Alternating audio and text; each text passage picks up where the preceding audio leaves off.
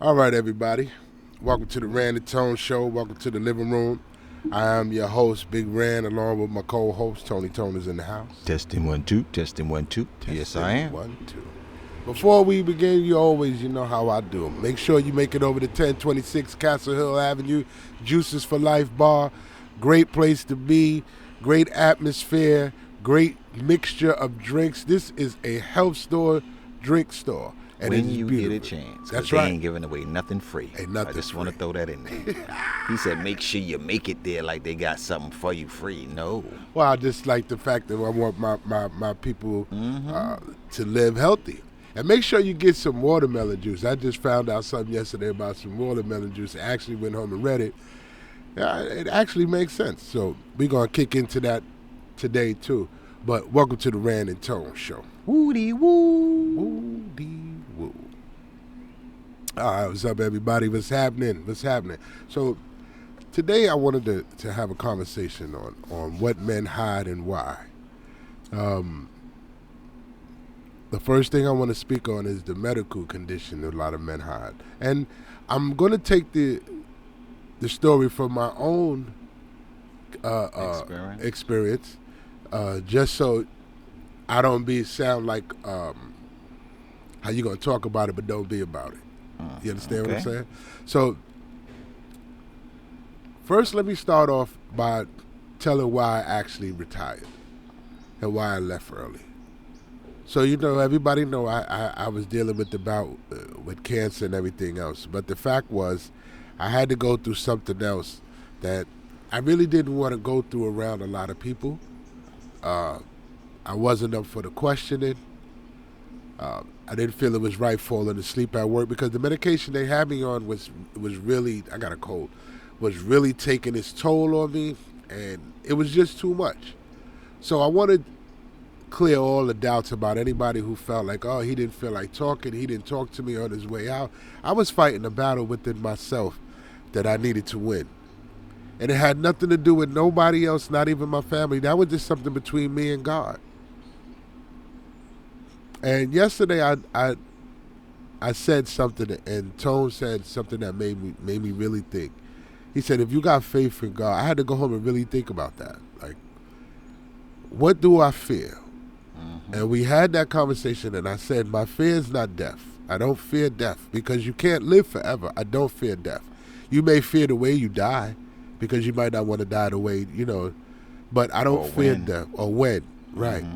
I fear of not being able to see my children or providing for them. That is my biggest fear that I can have. So I took the summer off with no point of returning to work, but nobody really was listening at work. They all just thought I was going through a phase. No, I changed my life. I said, I'm done. I changed my life. That's right. And part of changing my life was changing my work. Was spending more time with my family, giving my family more time to love me, because I felt like in my mind, in my heart, in my soul, I didn't give my family enough time. My first two, they're my best friends. My two middle are my Einsteins. But my last two, I would like to be my legacy. And not because of the first four weren't capable, but they made their paths and I enjoyed their paths. But for this one, I want to be a different father. So I decided to choose different. And work was one of the things I didn't want to do anymore. Because the time I spent going to work, I could spend at home. Now, did it hit me or hurt me financially? Of course it did. You don't make these decisions without something falling apart. But like I said, always, for every superhero, there's another hero that come along at one point along in the story to help you out. And my woman was there. She was there. The conversation was brief, but it was understood. She laid the path, and she goes about it truly like a queen would do it. And she rules with an iron hand. And it's all right with me. It's all right because I'm not in the street. I didn't lose no meals. My kids don't go hungry, and our clothes are not soiled. So I can't ask for anything else. And she still has time to go on vacation for herself. So yes, I thank God every day for giving me someone who's capable of understanding what I was going through. And I needed to stop. That's all it was. I needed time for me. I needed time to reconnect with my family and reconnect with God. And now there's this point right now where I'm going through where a lot of people I haven't communicated with. A lot of people saying, well, he's not talking, he's not communicating. Listen, sometimes when you hit the bottom and it's hard to reach the top, you're just not sure what floating device you need to get there. So you have to give me time. You have to give me a time to adjust to my new way of thinking, my new way of life. It changed my life. I'm a little different, a little more firm, even based on your situation. Yes, sir. Because I feel after all this time, if anyone is still saying that you're not talking, that means they just wasn't listening. Right. It's just that simple, and they could take it the way they want to. Amen. If I'm going through something, or you speaking on yourself, we all go through things. And as we know, there's a lot of present things going on where a lot of people is going through stuff. Right. And just because you don't choose to share or express, it doesn't mean that you're not thinking about that person, or that person means less because of what you're going through. Right. But as I said, even a lot of things are said even without words. And like I said, if those individuals that was approaching or left comments that he didn't say nothing, you wasn't listening, because obviously it's been said. Yeah. I just wanted to throw that in there. Well, it's also the way that I guess I communicated, because I didn't really communicate. I communicated with you. I communicated with Mama. I really didn't communicate with my sister. First of all, like I told you when we first had this conversation about what I was going through with the prostate cancer, we both did a little searching and we found the story of Alonzo Mourning. Right. And that story changed our outlook on what I was going through. Because it helped. Yes. It helped. And this is what I just want people to, you didn't come to me with a pity party. You said, big boy, I understand now. Now I understand what you're going through. Say, yeah, it's just, you go through an emotional roller coaster. I don't know how sensitive the prostate is. I don't know much about the prostate, but I'm learning as I go. And the treatments that they give you to lessen your, how you say the word, testosterone? Okay. That takes a lot out of you. So for every man who has prostate cancer, I know the reason why he's not going to speak on it. He's not going to speak on it because it leaves you in a certain situation where it takes a part of your manhood, where it's a possibility you might not be able to use it anymore. So they try to pump you with things like Viagra and things like that to say, okay, well, you can get back to normal. It doesn't work like that. It just doesn't. It definitely doesn't work like that. It just doesn't and I'm just work like speaking that. from a medical terminology as far as breaking down Viagra and all of that. Yes.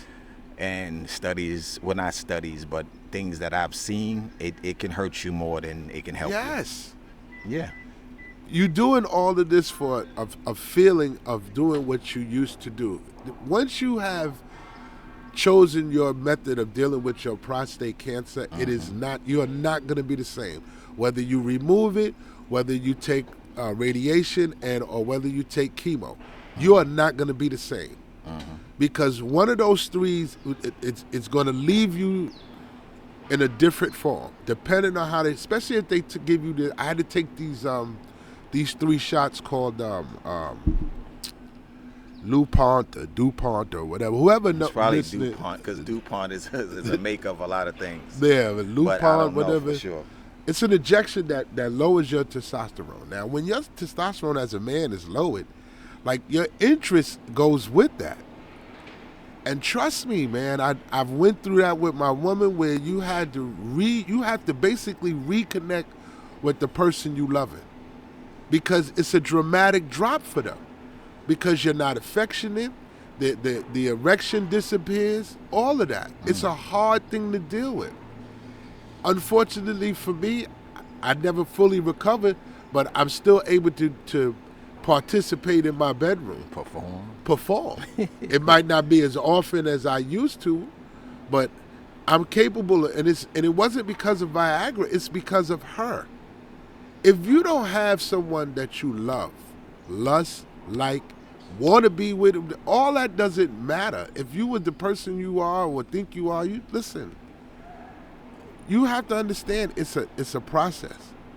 And a lot of men don't talk about it. And right now, I might get clowned for talking about my part. You know, I'm not speaking about my bedroom, but I'm being honest about my opinion of what I was going through. And to have to go through that with the people you work with, I was a little embarrassed about that. And most of the people I work with don't understand. You know, they don't understand. You know how hard it was for me to even have to go to the oncologist and then have to run into somebody that I work with at the same oncologist who turned out not to have, you know, picked up the cancer, but it's me. You know, it was shocking. I'm like, damn, man. You know, you first thing in your mind you think when you hear the word cancer is death. That's the first thing you think. A lot of times, you know. And I was on the stage 3 going into 4, so my treatments were a little longer, and I chose radiation, which if I would have chose different, I probably would have chose the surgery. But that doesn't mean the surgery's ruled out, because if it decides to return, that's the only way to remove the whole thing now, to remove the whole prostate, not just radiate that area. You know, like it's a hard process. Most men won't talk about it, and I get it, and I understand why. It's something that's most men probably consider as personal. The ones that do share it are the ones who want to warn other men who haven't been through it yet, such as myself. And I've been listening. Yeah, I've definitely been listening. I've did studies on your cancer, on what you've been through, just to know. God forbid if I ever did it, or if I ever came down with it, at least I'll have a better understanding. It's not even having knowing what to do, because everybody's bodies is different. And my situation could differ from yours, different, where I would need maybe more of this and less of that, or however it goes, based on individuality. Right. So, but just to be educated on it and knowing what you might go through and trying not to fear it, that's one of the biggest things, because you can't fear what could be inevitable. Right. So, and this is why I told somebody, they say that you fear. No, because I don't fear what it can do to me physically. It was hurting me mentally, because the word cancer was stuck in my head. Period. It wasn't nothing else but the word cancer. That is one of the deadliest words among black men, besides black people, period. Diabetes and high blood pressure and hypertension. And I'm suffering from a severe case of hypertension. I mean, you know, so I needed a break. The way things are now, and a lot of people say with all the money, all the scientists, all the advance, all the AI, we should be able to cure cancer. Right. But it's like it's safer to have HIV than to even have cancer. Wow, that's a strong statement. Yeah, it's safer because HIV can be treated. It can be treated. I know people that have had still have HIV over 15, 20, 30 years. Wow. I still see the individual, not to the day, but I do see them on occasion. That's a strong ass statement. Yeah, cancer. And I can't say I disagree with that. I'm being honest. You could take a drug, which I'm not into taking drugs, but you could take a drug to get you in what they told you was remission. Right. You could go into remission of HIV also. But the consistency of your medication with HIV can make you last longer. Cancer is more unpredictable. I ain't look at it that way. No. I was so busy wrapped up in... That's why I was the one doing the study. You're right. While you was going through it. You're right. Like I said, my whole physical part of that was I just wanted to make sure that it didn't seem drastic in front of my family. Right, that they didn't see the change or the downfall, or the downside. Right. The downside of not what downfall, right. The downside of.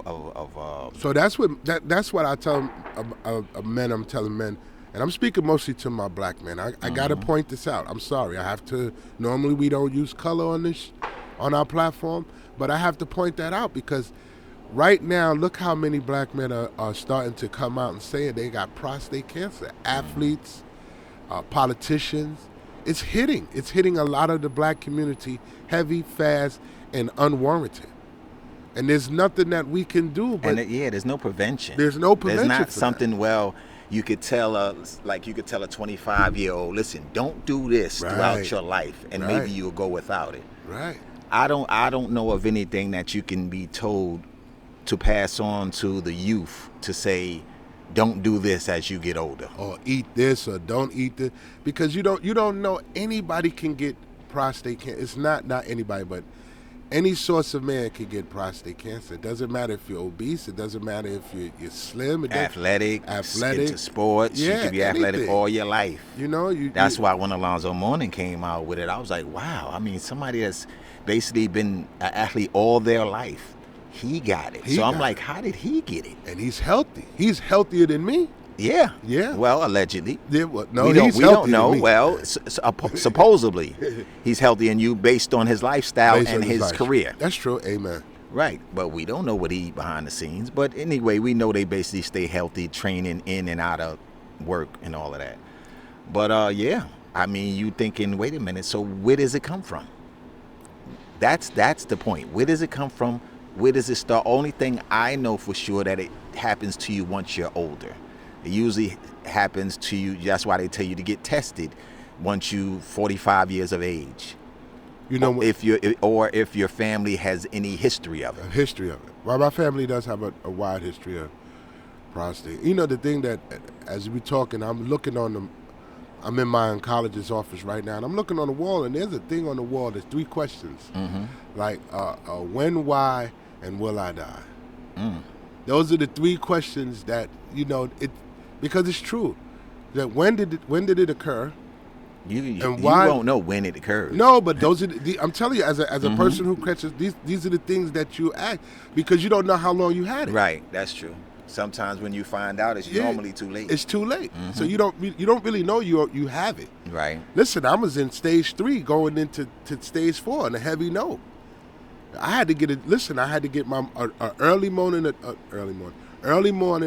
doses of radiation just to calm it down first and shrink it so they can hit to the pain. You know, that's almost 2 years of going through. You know what that does to a person? No. You know what that does to a person mentally and physically? I To the can point only where imagine. I had these black skinny jeans that those are the only jeans that would really fit. I know, I'm amazed myself that I could get in the skinny jeans that Now, one for you. regardless, I'm gonna change the narrative for a minute. Regardless what you go through, skinny jeans are not something we wear. I know. I actually had a pair of pants I was wearing to work that my woman stopped me from wearing. Because she said those look like skinny jeans. That's not something you right. usually wear. She said, don't wear those no more. Don't wear those no more. She That's said, not just our like generation. that. Don't wear those no more. But they fit. I needed. That's how much weight. And I couldn't say her normal thing is they stretch. But nobody noticed. They though. was actually comfortable. I can't even lie. Nobody But, noticed. Nah, people notice. So it was just, like I said, everybody at work is always thinking it's something that you did or something. It's like people now that when they see me, they're afraid to talk to me or this because they think I got an attitude. And listen, I changed my life for me. I want more time with my 6+. You know how many children and grandchildren I got? I stopped counting. Yeah, listen, I got more than the average black man who earns under $100,000 a year. I got my own Brady Bunch mixed in with the Addams family. I got all that shit. That's me, and I enjoy every moment of it. And I didn't want to miss anymore. And the whole It was thing, your choice. Yes. And also the part that you not mentioned is you put good time in. Yeah, I did. You put 28 years in. I did. I mean, it didn't matter why you was leaving. I You just wanted chose to leave. Yeah. That's just a change that you chose to do. And I didn't say goodbye because I can admit this now. I didn't say goodbye because it was going to hurt too much. When you spend 20 plus years with somebody that you work with, it's just like, one day. They would take that kind Yeah. of sour though, not to say goodbye. Not After, to like say- you said, yes. after knowing somebody But for 20 years. But you have to understand why I closed that door so abruptly. To deal with the emotion of goodbye and have to deal with the fact of emotionally dealing with cancer. Come on now. At this point, your feelings, they matter, but they're not priority to what I'm feeling.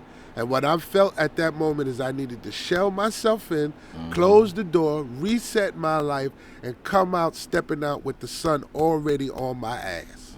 As you used to say, the sun shines on the dog ass every now and then. Every now And and I then. needed that now and then at that moment. You chose your now and then That's all it was. because you had a choice. It was That's nothing one thing personal. I always say. You always live by your choices that you make, that you have. Come on now. I asked the person who I needed to catch my back if I fell too deep. And she said, do what you feel you need to do.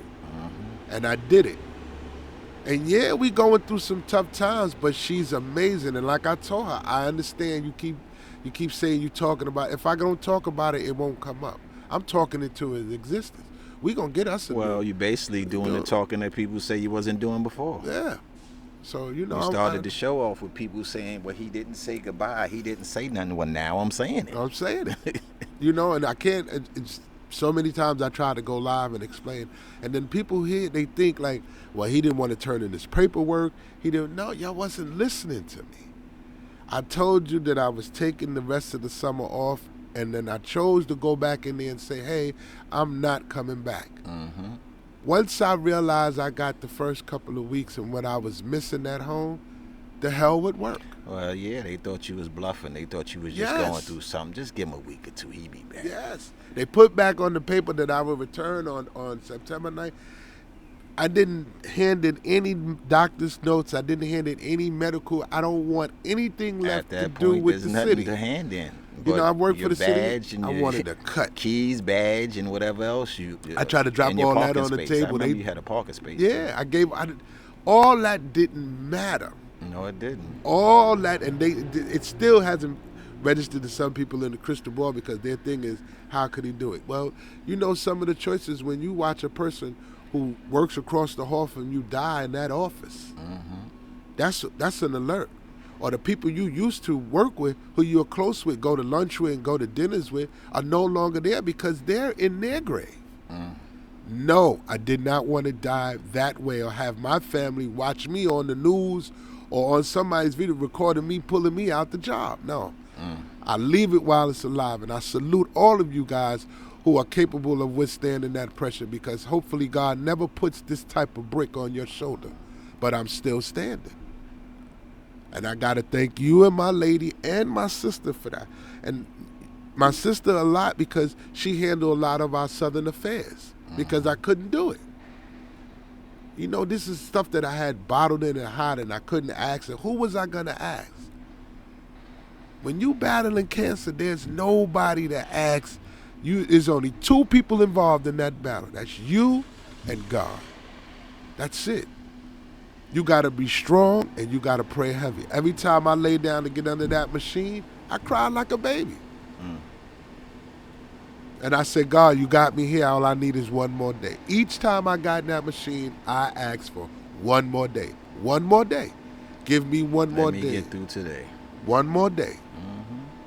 Makes sense. Yeah, one more day. And each time I asked, he granted. Sometimes I had to even go in on the weekend. So it was a long process.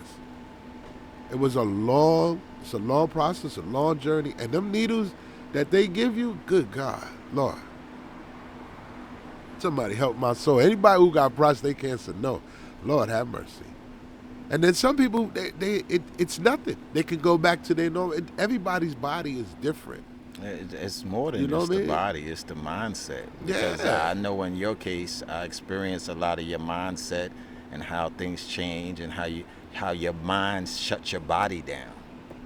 People don't know about that either. Man. Your mind your mind can shut your body down. People don't believe that. People say, "Oh, well, you look like you strong, you used to that," but your mind can shut your body down. Shut me down, bro. Yeah. Once you get something deep into your either understanding or your beliefs, it's hard to get out of that. Even if you believe that it's incorrect the way you're thinking, it's hard to get out of how you think. It's hard to change your thinking based on how long you've been thinking that way. The funniest thing was I kept saying to myself, you have lived in the streets of the Bronx all your life. Gunshots, deaths, stabbings, robberies, murder. And you gonna fall to cancer? You gonna fold to cancer? That was my biggest thing I kept saying to him. You gonna fold to cancer? Cancer's the biggest head knocker I'm just telling you how man, and it took because me. it goes at the head and the body at the same time. You right about that. It's not like getting punched in the face. Getting punched in the face, you can get up because your body's strong enough. But when you get punched in the face and the gut at the same time, so you got to relieve from a head blow and a body blow. Yeah. And then your legs is weak. Forget about the legs. You don't get. I'm just saying, your legs is weak from both blows. When you taking radiation in that pelvis area, oh God, that's just woo. But and then I had to drive, so and then I got to go to work. So the sitting position and you locked in a position for 2 to 3 hours at a time was crazy. So now you got to get up. The arthritis starts to set in because now your body no longer can accept the secondary motions. Because the radiation took over that part. Took over that. Then drained everything else. So you ain't got no strength to fight for the knees. Now you got to take the medication to keep the radiation. And meanwhile, you take that medication, you out. So I'm at work. I got to close the door. And I'm out. Then the side effects, it was like, you know what? That was too much. I just got up and left. So you didn't have the. I'm gonna go into your case since that's what we're talking about. Mm-hmm. So, as you working, you didn't have the option to go home, or you just didn't want to go home. Afraid to go home. Okay. After the treatment, the job was the closest thing to rest. Oh, okay. Because you got to remember, I just dropped off at school. I didn't think I would have enough strength to park in the garage, walk over to take the treatment, and then walk back to work.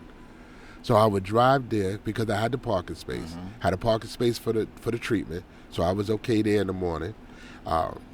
Once I got back to work, that was draining because the walk from work is like coming from here going across the street. That was totally draining. And then remember, I had to go down and pick her up. So I didn't want to go home and then have to come back in the same area to do the same thing.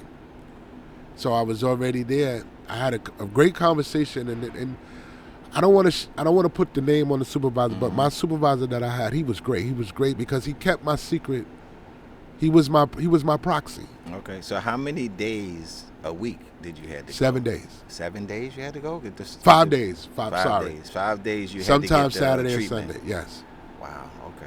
Yes, because sometimes the machine wasn't always available for you.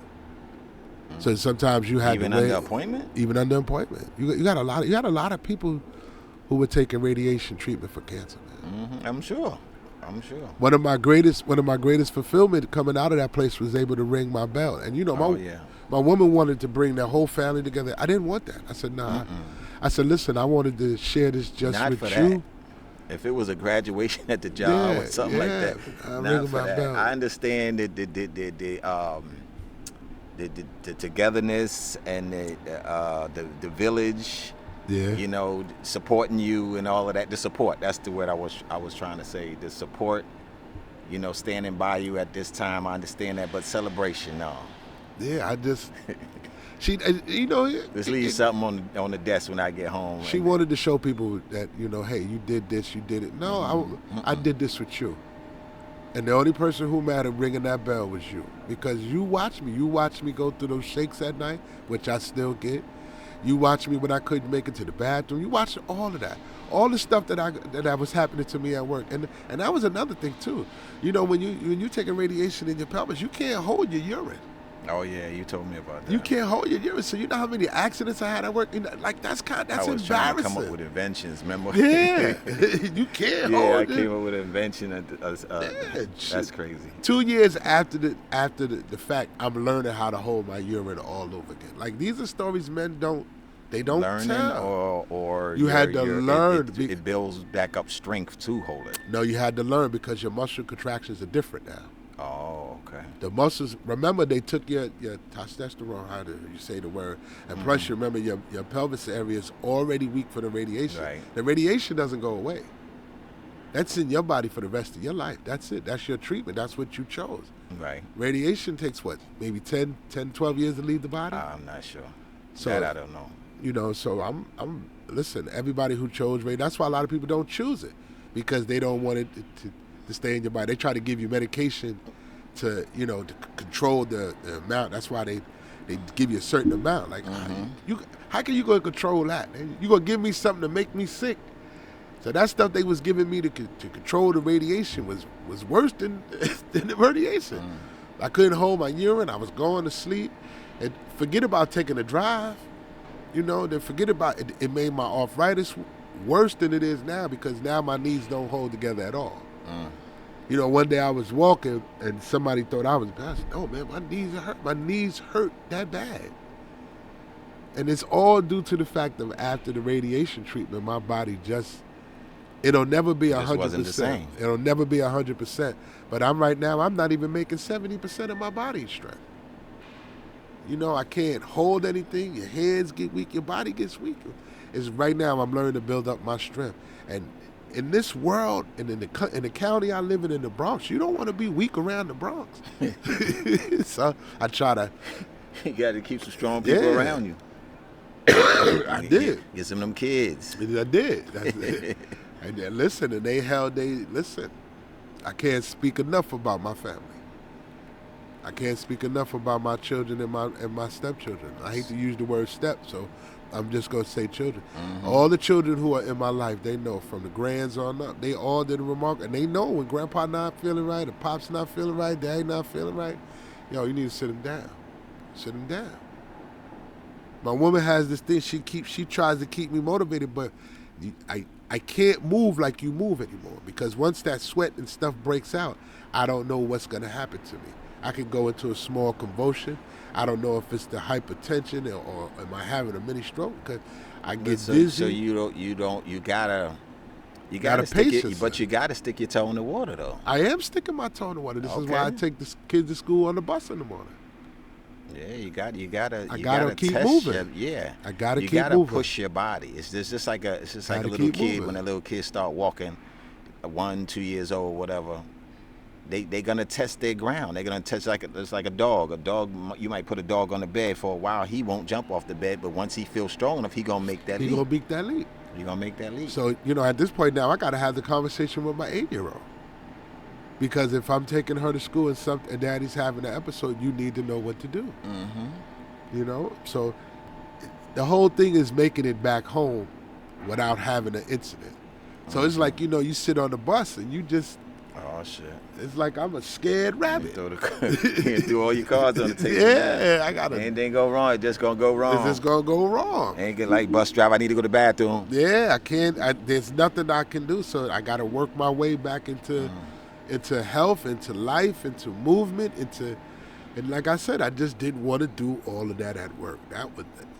To do that in front of not strangers, like that's your work family, but you different at work than you are at home. And I didn't. Yeah, I didn't want that. Not at work. That would have been a little embarrassing to me.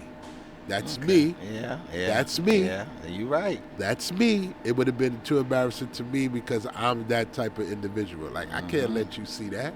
I don't want to be on the email news. Oh, you see Randy, he couldn't make it. No, man. Yeah. See, that's one thing I don't worry about. I don't care nothing about what the outside says. Worry about that like a mom. Because if the outside got something bad to say, they need to stay on the outside. Well, that's just me. Like you said, that's just me. If you're not in my corner, then you shouldn't be in my circle. It's just that simple, and you're irrelevant. I guess the way I showed what was in my circle, I guess about just getting up and packing up and leaving, and didn't say nothing. Like I said, you wasn't listening. I got to go. I just wasn't listening. I made it clear. To everybody. I knew what I was facing. You knew what you wanted to do, and I knew what I wanted to do. And my whole goal right now is to keep seeing my oncologist once a year. If I can keep that up, that means I'm doing something right. Without putting them appointments closer together. Woo! Come on, boy, talk about it. The farther I stay away from that man and stay closer to my primary, I'm all right. So I'm working on my hypertension. I walk. I don't eat as much. I don't drink as much. So, when I got weighed yesterday, 275, I said, man. I know the fight. I'm working to get to my PCP. Yeah, well, all right now. I'm working to get there. Work on it. Yeah. And you can't avoid it. I can't avoid it no more. I got to go. I feel fine.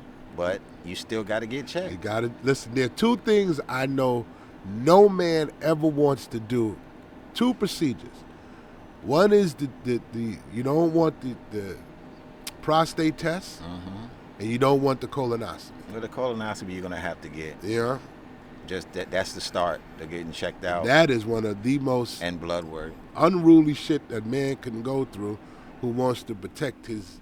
See, that's another you thing. Yeah, I'm just telling you, That's man. another That's you thing. uncomfortable. Most man. people, most people will look at it as just part of an exam. Yeah, well, that's And then not how there it are feels when it's over. Well, I'd rather feel it when it's over than keep it in my mind of what it is. Grown ass man, you gotta walk out with a small diaper on your ass 'cause you can't control nothing. There's nothing to control. And I said, why At you that go point, so? you're empty. Why you go so far? They go too far. They don't go too far. They go to the end. They supposed to go to the end because you never know what's at the end. And you got to do it at least twice in your lifetime. So I got a second one coming up. Well, I don't know. It's more than that. It's more than twice in your lifetime. It depends on how long your life is, actually. For me, it's only gonna be twice in life. I'm doing it one more time after that. Whatever You're come. supposed to do it at least well, in your case, it should be more, but most people, they say every 5 years. No, because you know what I did, and I'm going to say this out loud. And I didn't hide this part either. I did tell you too, that if the cancer comes out of remission, then I wasn't fighting it no more. I did tell you that. Right. The process of the fight it's too vigorating. I understand. Takes too I've much. heard that before. Yeah. I've heard that from older people. They said if it comes back, I'll just live out my life. Live out my life. Just make sure I'm comfortable. That fight is too hard. I'm at that age now where I'm healthy, but I'm not as strong. And another one like this, that'll wipe me clean. It's a hard process. I'm telling you. It's like walking upstairs to the Empire State Building and you want to reach the top in a couple of hours. Never happened. Some people would say you're limited in your fight. Yeah, I didn't limit my fight. I just. I'm talking about on the second round. By saying Well, that sometimes you you're gotta not know. strong enough. You might be strong enough. Remember, God won't put nothing before you that you can't handle. Yeah, but at this point, I'm saying too, the second go around won't be my fight. It'll be my family's fight more than mine because that part right there, you can't fight by yourself. You can't fight cancer by yourself. That's a good one. You cannot fight that by yourself. This one right here, I decided to fight by myself. But eventually towards the end, I had to bring in some help. I told you that. Your help was going to come regardless. Regardless. Because when loved ones see what you're going through, the Excuse me. closest ones to you are going to want to help. Right. If there's anything they can do. But this time around, I'm not going to ask for help. I'm going to let time and change run its course. Okay. The fight is that's a hard, and I don't want my last two to have to worry about. They're going to do that anyway. All my children, biological, step, all of them are going to worry about me anyway. Because even after they see this interview, they're going to be like, man. Well, after they see the platform, they're going to be like, damn, I didn't know all of that. Yeah, of course you don't. You know, sometimes you save your children. It wasn't you. It was me. Yeah. Sometimes you save your children. You save your family Certain, from the burden. Yeah. Yeah. I don't want to be that burden. I want to be able to control what I can control now before I can control it. And when I can't control it, I want you to do it because you want to, not because I'm your dad, because you love me enough to do it. Who I am shouldn't matter. Who you love and ready to treat, that's what should matter. Shouldn't do it because even though I'm your dad, you got a life to live. My dad told me that on his way out. Yeah. He said, if I tell you to live any other way, it would be a lie. You have to live what you live and love what you love. That's the only way you're going to get ahead. So, yeah. He also told you not, and don't fear. Don't fear. But we did get across that platform by you explaining what you was fearing. Yeah, I was fearing. I'm fearing of leaving my children behind. That's a big fear of mine. I've never wanted to be anything else but a father. That was the greatest feeling in the world. The only thing that could top that is being a grandfather.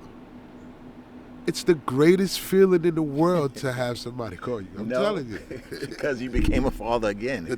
After you Too became a many grandfather. times. That's why I started laughing. You saying the best thing was being a grandfather, but Yeah. you didn't stop there. But imagine if I didn't have them last two, how would I keep going? Because they keep me going. They keep this bones limber. They keep me Dad, I got to go to the park. I got to go to the park. I can't sit here. I got to. So we're constantly on the move doing something. And I'm grateful for that. I'm just grateful for that. Because now I don't just have to sit still. Because if it wasn't for them, I would just sit still. I would sit still. I would sit still and not move. My two oldest are glad I'm not driving. They glad, nah, Dad, you need to get out there and walk. Because they want the cars. Yeah, that too. Yeah, that too. So, it all worked out in my favor, and I thank God. And I just hope I didn't leave no despair, no anger, or no remorse behind on anybody, because that's not what I wanted. I saw something in front of me and I had to deal with it, and I needed the most important person in my life was God, because only God could get me through the hump. Now, He sent me the people to help me get through the hump, but I needed Him first. So I needed to stop. It's like He told me, if you need my help, you need to stop what you're doing. I had to stop what I was doing, and I had to concentrate on me. You went with what you believe. He said, if you love me, you trust me. And I said, I love you and I trust you, Lord. Because as you know, I'm broke. I don't have nothing, but I'm not starving. And that's the remarkable part about it. So now when God rekindles everything that He said, okay, I see now that you love me enough to give up everything. I'll give it to you back as portion as you need it. So I'm grateful. I'm grateful that all my family understands.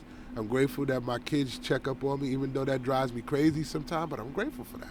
I was walking the dogs the other day. Just wanted to get out, walk the dog. 20 minutes later, my son come out. Oh, why he sent me out here to check on? They're walking the dogs. You might have been sitting on the curb with the dog down the street. You know what I'm saying? So I get it. I do. I get it. But it's love and protection by all costs. And even listen, there's nothing I can say. I got love all the way across, even through Pennsylvania.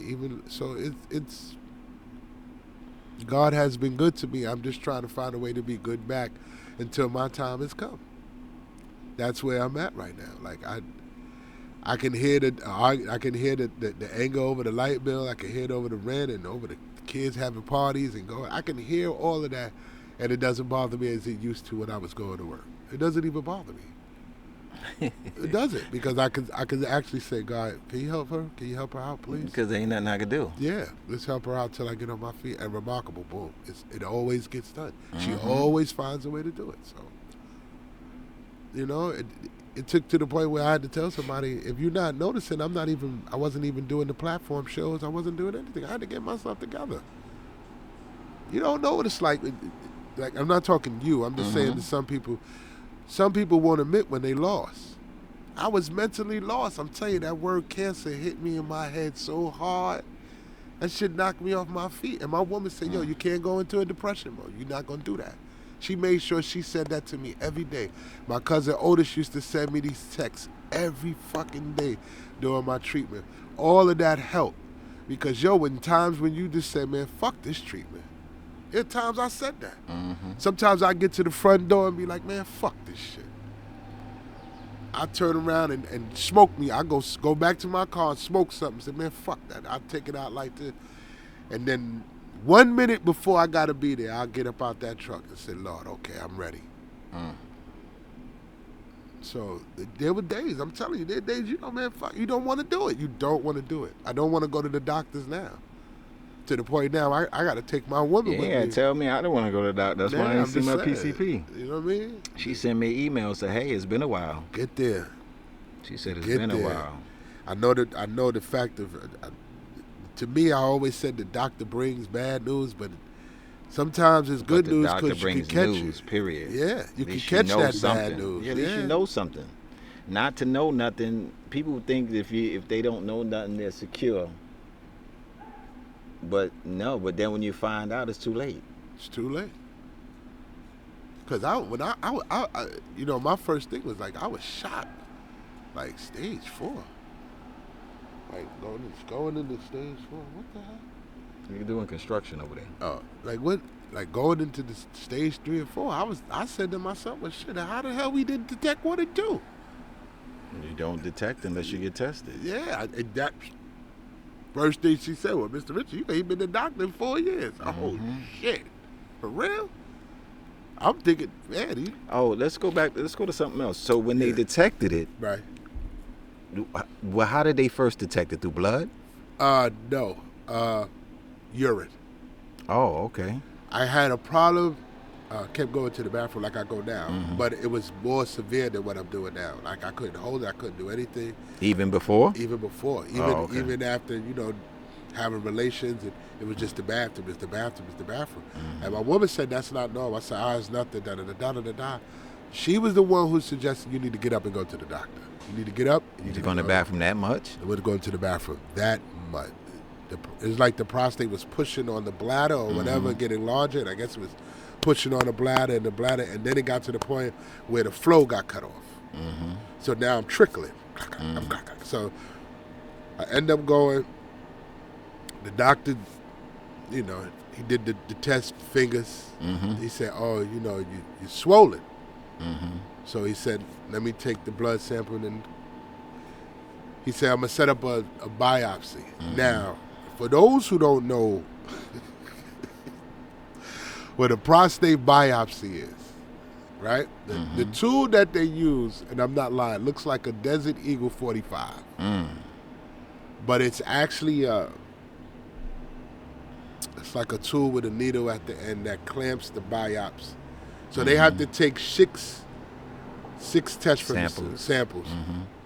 So they go in through your rectum, up the closest way to your prostate, and pow, that's how it sounds. Pow, and it pinches, and it comes out. And they do that 6 times. I know people looking at my face. You go, pow. I'm like, it's a process. The process of detecting your prostate cancer when it's swollen, and you having to go. It's a process, but you would think that the biopsies would swell it up even more. You know what feared me most about the biopsy? Not knowing if I had cancer, but if it was cancer, and as you did it leak out? Right, and as you pull it out, it could spread. I remember you telling me that. Are you touching the other parts of my body? Right, where it could spread to. So that was my fear of the biopsy. And then when I really found out, that really bothered me more. Like, damn, you took the biopsy, it is cancer. And now you done went through 7, 8 layers of my skin to get to that. What the fuck else? And you know who that happened to? There's a singer by the name of Montrell. Right. Montel Williams? Yes. No. Montel Jordan. The singer. Right. He ended up with prostate cancer. Had the surgery, but he had to go back. He had the surgery and had to go back? He had the surgery and had to go back because they found another form of cancer in his body. Separate from that? Separate from that, but could be the cause. Oh. I didn't read the whole story. Yeah, I'm going to read it. It's just funny how we bring it up. I was just reading about his story. But basically, that's how that is. And then from there, you go through your they'll figure out your treatment. They'll pay attention to your what's the names. And if you choose radiation, you have to shrink your testosterone because you're not able to. They don't want you to get excited. You can't get Correct. Right. You can't do certain things because they need to squeeze the prostate to it's down to nothing, so they can radiation it into a whole the site. That second.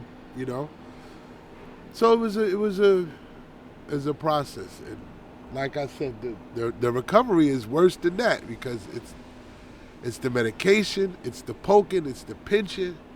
You got to go back. I wouldn't like that because I don't like medication. Yeah, brother. Yeah, it's the process. And the thing that as a man, if I can say this, and this is my having my backside exposed in front of another man and a woman in the room, that has also taken its toll on me too, because you're not asleep during your biopsy. They don't put you to sleep. They give you iodine. What's that brown Iodine look like blood. Look a like little blood. bit. Yeah, they give you that, boy. All up in, man. Like, wait, take it easy. You know, They do it like it's a normal thing, but hey, you messing with me right like, here. Yeah, take that easy. Relax. You Give me a second. Can I get a cigarette first? Or you know, something? you don't get the puff. You don't get to sit down and say, okay, I'm okay. I'm ready. Yeah. You don't get no time for that. That's the same thing with the colonoscopy. When I went into the colonoscopy, she was like, "Turn on your sleep there." No, not in even that the process. You're half sleep. She's like, "Hey, turn on your side." What? Yeah. What you mean? Turn on your side? What you mean? You know she what said, you came watch there the for? TV. Next thing I know, she's like, "I'm finished." I don't even remember you going up in there, Doc. Because you're out for a little while. But you feel it when you come out because the moment you feel the gas and the bloatedness and all of that. Yeah, I did those procedures. I worked in gastroenterology for 8-9 years. That's not a feeling. Yeah, you come out, you're gassy, bloated, you're letting out gas, and you're like, "Oh, I'm sorry," and be like, "Nah, it's normal because we know what you just went through." You gotta wear a booty pad because you the running. I've never known nothing about a booty pad. Yeah, well then you might not have went to a real doctor. What are you talking about? I did it for 8 years. I used to do the procedures with the doctor.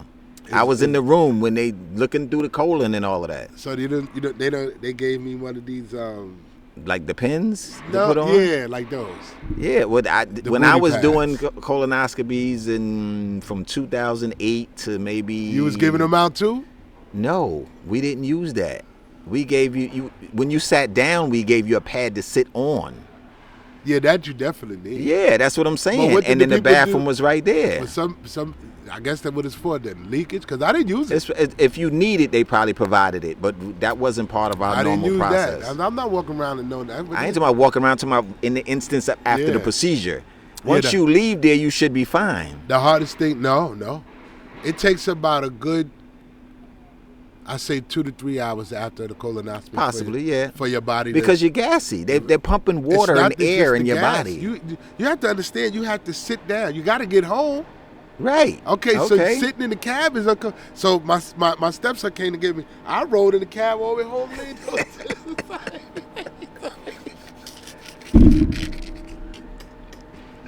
Hey man, he's like, yo, why you lean like that? Because I can't tell him my booty hole hurt. Listen, he's like, I'm in an uncomfortable position. He's like, well, what did they do to you? Listen, we're not going to talk about that right now. See, you should, especially being a son of a child of yours, you should be able to explain that. Listen, I explained to him, but what's going to be right now? Now. Well, that's when he need to hear, because he need to know why you squeeze into the side. Yeah, listen, I explained to him once I got home, I got comfortable. I needed some rest. I'm not going to use my left energy that I got to sit on the right to explain what's going on. I need that energy for this right cheek. Let me look out the window. Taxi hitting the bumps. It's like, this is uncomfortable. You haven't been, I'm telling you, I want to be the driver when you tell me you going, I'm going to pick you up.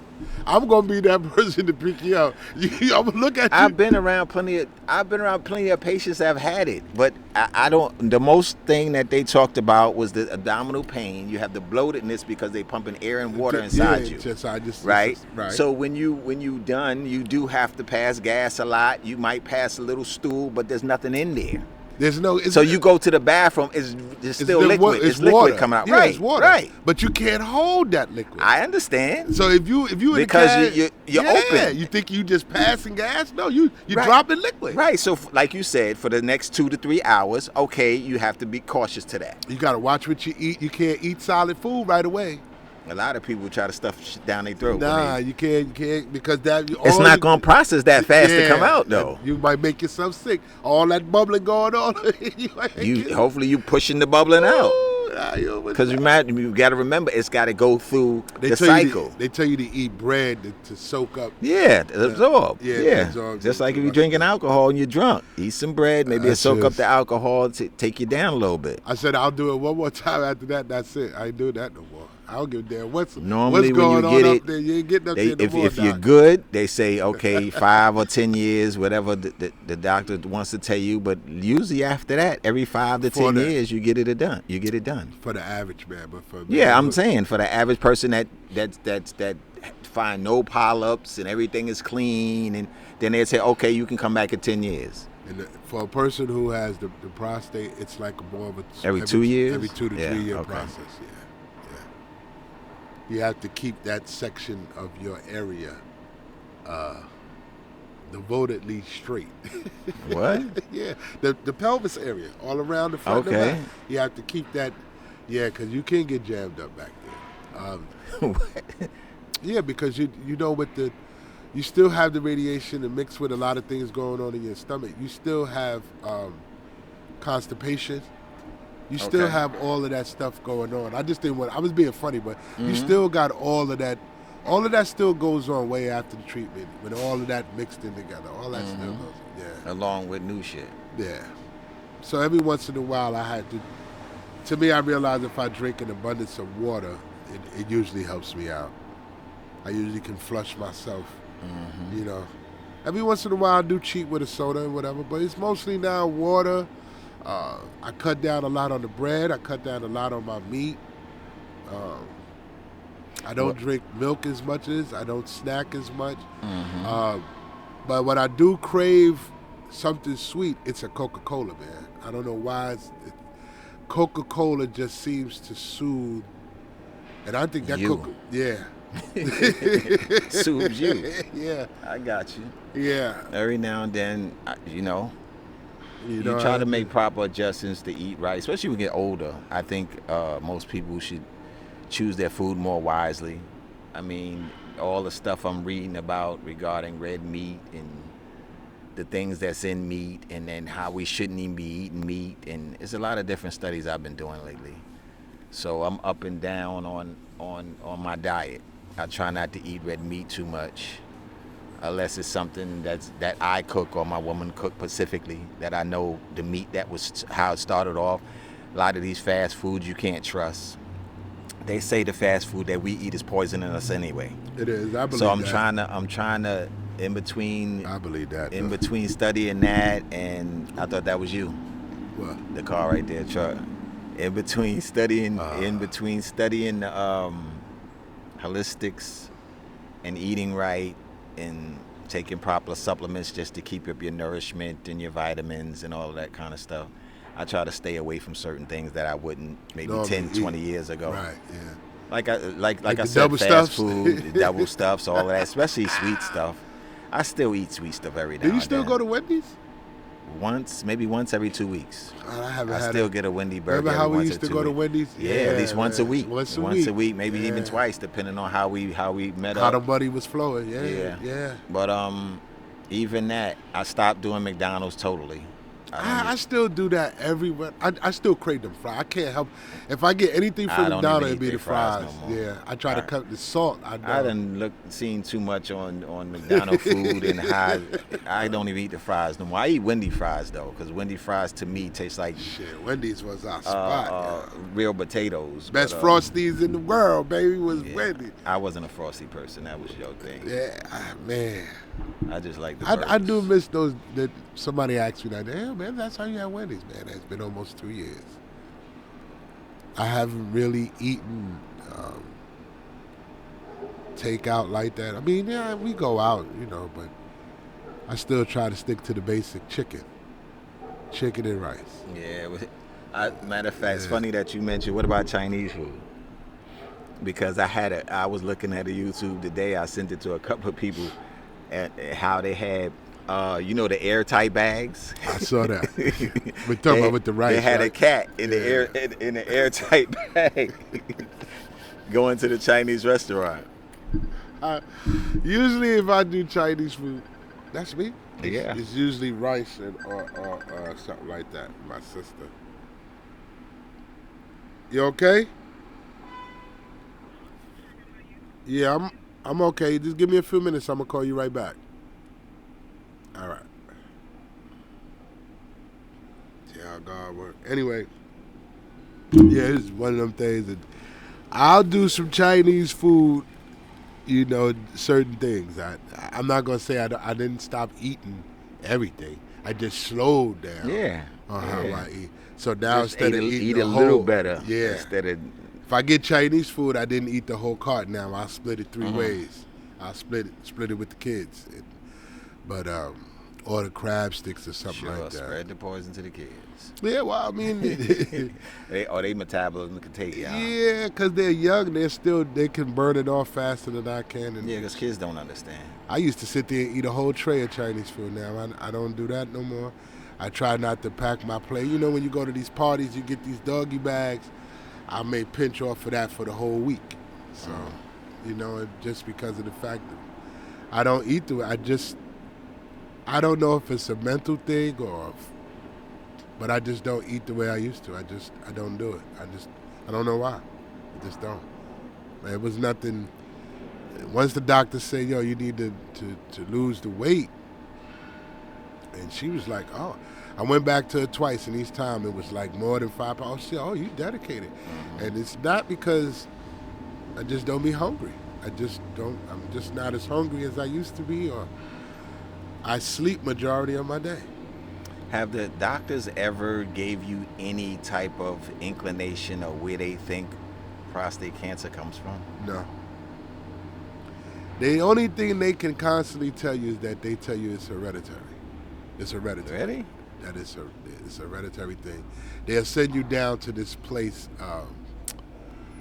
to get your DNA family or whatever. Is this some place that they have in the hospital where they can take your DNA and trace your bloodline or whatever they do? I forgot what they call it. I know what you're talking about. But Yeah, I just don't know the name of it. They say, because they don't know.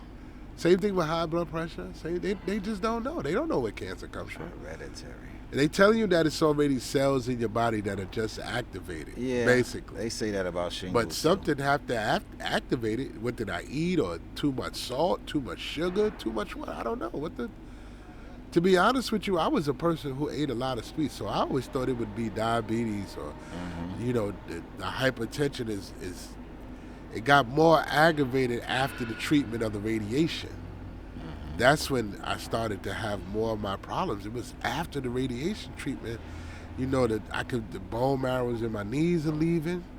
You know, I had to do the surgery for the carpal tunnel, and that didn't come out right because the hand is swollen even more than it was. So, good morning. Good morning. Good morning. Good morning. So the fact of going through the treatment, I think I said this to myself one day. I think I might have chose the wrong treatment for myself. I think I've heard that the surgery was more drastic, though. It is, but at least it's out. I take my chances that. Yeah. Oh, the radiation leaves. It doesn't leave. It's still doing harm to my body. Oh, okay. So it's a long-term harm. Okay, I'm trying to give some understanding to it. So there's no radiation if you get the surgery. No, it's just a decision. It's just a removal. It's just a decision. Yep. Okay, and no radiation. There's no radiation. No radiation. Oh, no chemo. No chemo. It's pure. It's pure removal. But you are cutting through layers and layers to get through to that. Well, they cut through layers and layers to do most stuff anyway. They make a line, they split it, and get to where they need to get to, even when they doing the heart. Right. So my whole thing was the way they wanted to incision in between the rectum and the scrotums. That's a sensitive area. And then they're cutting and pulling from the utensils that they're using. And you have to pass all of that. Yeah, to get to the prostate, to cut the prostate where you need to cut it and remove it. Now all that air is in your cancer. All that depends on the cut and the sealing, or I can't think of the word they use. Cauterize. I know a lot of times they probably cauterize where they hit it with like a laser. And it's just like burn it. Yeah. It's like burning the ends. It's like burning the ends. He told me about that too, but it's the incision. You still have to cut. Yeah, the incision is not the problem. I was afraid of the incision. Well, the incision is a start. The incision just the entry point. Now it's the removal once they on the path of removing it. That's where the nervousness would set in. I just believe they burned it out. Because make sure they don't drop, make sure they don't drip. Right. You know what I'm saying? Right. But here's the thing now. According to my oncologist, I'm not out of the woodworks because like he said, you still might have to, if your levels go up. So you got levels. Right. If my levels go up to a certain part, They would have to do something again. they're going to have to remove it. Right. You know, because I said I'm not doing radiation. Right. Oh, I see what you're saying. Yes. I see what you're saying. You would just go for the removal. Yes. Now, I don't know nobody that's gotten it removed, or maybe I do, and they haven't told me about it. Alonzo had the surgery. He had it full removal. Full removal. Randy Moss had the surgery. Oh, okay. Now, and I believe Deion Sanders just had his. Alonzo. Let's go to Alonzo for a minute. Mm-hmm. He said that. So wait. See, I'm trying to understand the difference between the surgery and the chemo and the radiation. Now, chemo, I think, is an injection. Okay. Wait, but the surgery, because he said within maybe a couple of months he was back working out, playing ball again. But you can too. Like the radiation didn't stop me from moving. It just stopped me from moving. I'm not an athlete. Right. But I'm just saying it still broke you down. Whereas it broke him down too for months. Remember, he said it took him months to get back. I think that was more of the healing process. Well, it's the fact that you still while you healing, you mentally got to change your aspect too. Right, I understand that, but I think, like you said, the chemo and the radiation. The chemo and the radiation is what takes the energy from you. Right. That's the part I'm hitting. Yes. And he didn't have that, so he didn't have that full drawnness, from him. He did have the cut. So once the cuts and everything heal, physically, he should have been. Physically, he was able to recover, is what I'm trying to say. Well, he was able to recover better. I understand he's an athlete. No. But I'm just saying, what the radiation is what breaks your body down. The radiation and chemo, right, is what breaks your body down. Yeah, but I want to also say this. What makes his treatment different from mine, whether it's surgery or it's the doctors. Okay. So I may have the finest doctors in the Bronx. Maybe. Right. But he might have the finest doctors in the country. Right. You know, they do have different techniques. It's now. different techniques, different. They have the robotic. What do they call it? I know they got it in Long Island and downtown at Sloan Ketter. It's what you. I can't think of the robotic one that they have, and it's supposed to get you back on your feet quick. Right, but it all depends on what your insurance is willing to pay for. Not cover is what they willing, because they paid for my treatment, but they wouldn't pay for my testosterone shots. Those 3 shots that I needed cost me almost $400 a shot. I'm telling you, I went into debt behind treated myself. I went into debt. I went into debt. That was the reason for me going to work after the treatment, because I couldn't stop, because I had to pay the bill. You got to pay that bill. Being somebody who's very keen on insurance, you have to pay that bill. Yeah, the insurance doesn't cover everything. You're right. Insurance doesn't cover So everything. now I got a treatment, I got to pay a bill that I got to get treated for that I already pay insurance on. You see what I'm saying? So it's like I needed to get out from under all of that. I don't want your insurance. I don't want your family leave. I don't want none of that. For me to have to go through this cancer, I have to take care of myself. What do I need you for? Now I can go see the Social Security doctor and if get they can medicated. Cover, well, you know what I mean? Now wait a minute now. Go ahead. Medicaid doesn't cover a lot of shit either. Yeah, but it's understandable because the secondary doesn't cost me either. Do you understand? Okay. Because when you're not working, it's easier for a person who's not working to get a secondary insurance that will cover a certain part of the part that the first insurance will cover. That's why they tell senior citizens to get 2 insurance. You have your main and your back. That's the way I look at it. Well, to help clarify that, the reason why they tell retired people to get 2 insurances is to cover that other 20%. That's what I just said. Right, but they still might not cover what you're referring to. It cover enough that I don't have to pay what I was paying when I was working, paying insurance. Well, you would know. That's a lot. That was. Do you know how embarrassing that is? That you get a bill from an insurance company that collects your money already, and I'm like, what is this? Oh, you got to pay for that, Mr. Rich. What do you mean? I pay my insurance. No, that's not how it works. Well, goddamn it, somebody should have told me there's a difference between this and HMOs and all this other shit. What it is looking up your insurance to see what it covers. See, I'm just by listening to you, I'm ready to go to my insurance tomorrow when I go to work and ask them What do regarding not what do they cover. I have to be more specific. Okay, or what you need. But here's the thing. I have to go to, do you cover chemotherapy? Can I do you cover, Right. that type of way? So here's the thing. If you know your insurance doesn't, right, you should have sent me a representative. You should have sent, because say this that is, again? if you know there were certain things about the procedure that I was going through, the Right. treatments, you should have sent me a representative, because that's sensitive and that's time sensitive. But that's Because what if I couldn't afford to pay? right. But that's something that they do because they know. I've seen that before. I've seen a person come and need something, and they automatically come with the paperwork for you to fill out because Didn't the happen. insurance you got is not going to cover this. They So didn't do that. this is what we got to help you. Fill this out. We'll process your papers for you to try to get you covered on this end. Because I see that a lot with people who come to the hospital with no insurance. They have a form that you sign and fill out that the hospital will send out to try to get money for you coming here without That's no money. Medicaid or Medicare. Right, Whatever. Yeah. right. But that's what the point I'm telling you. As much as I put my time in, now I can get all of that done for free by just filling out forms. And they will cover that. And they'll come. They covering more than what your insurance is covering. That's That's basically what all you're I'm saying. saying. Okay, I hear what you're saying. You understand? Instead of getting $275 on a shot, it may cost me $5-6.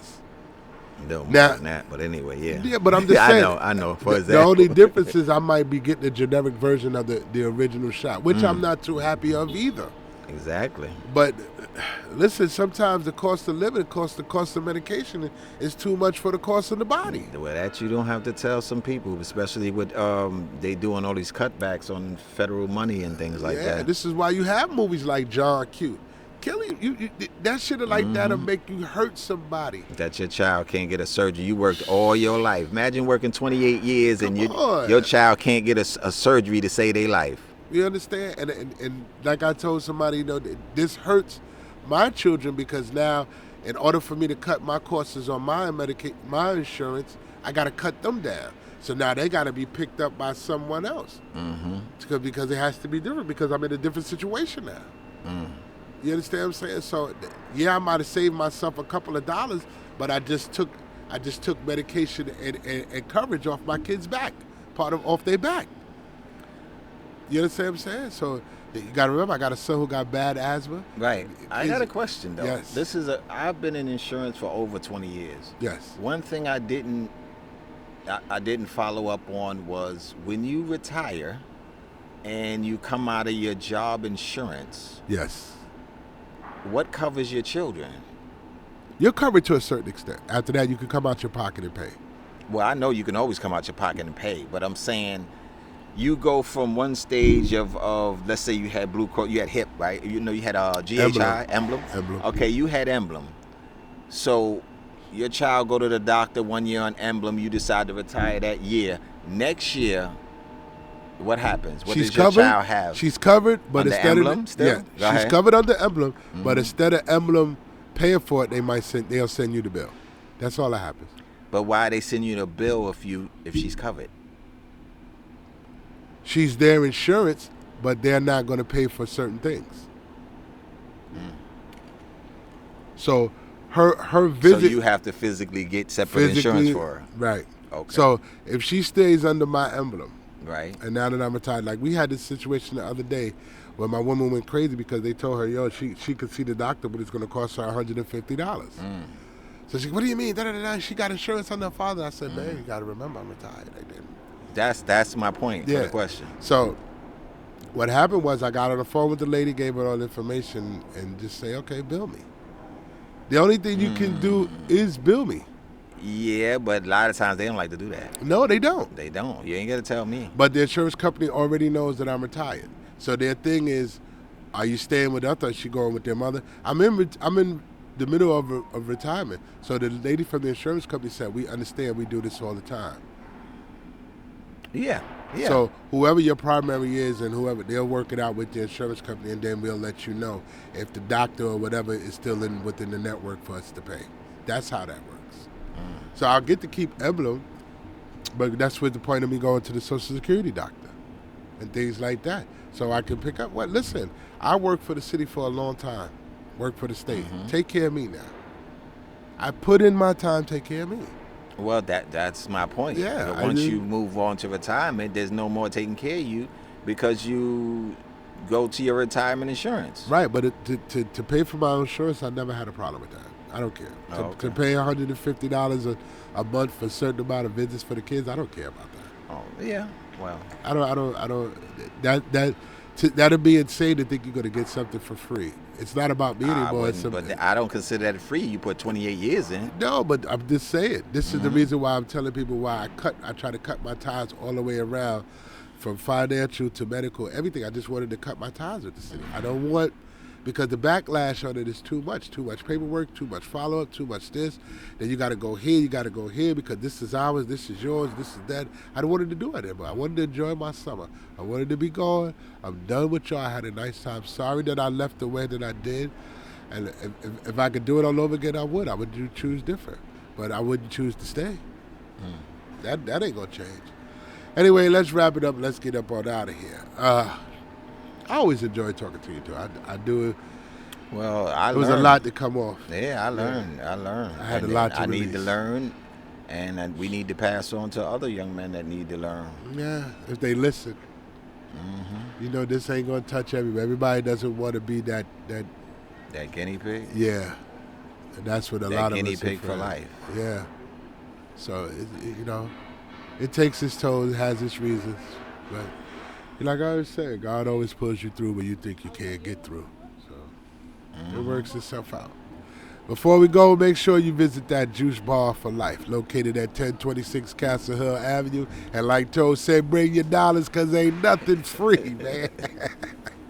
Don't go there and say, oh, Rand and Tone said that if we come by, you're going to give us a discount. Yeah, we ain't say that. The only thing we offering is directions. The direction. Juices for Life, located not too far off the Bruckner Boulevard, Castle Hill Avenue, 1026 Castle Hill Avenue. Juices for Life. Go ahead and get you some. Stay healthy, stay dry. Till we talk to you again, people, enjoy. Definitely, and live. And live. Yeah, that was a good one. And check on your peoples. Check on your peoples. You heard them. All right.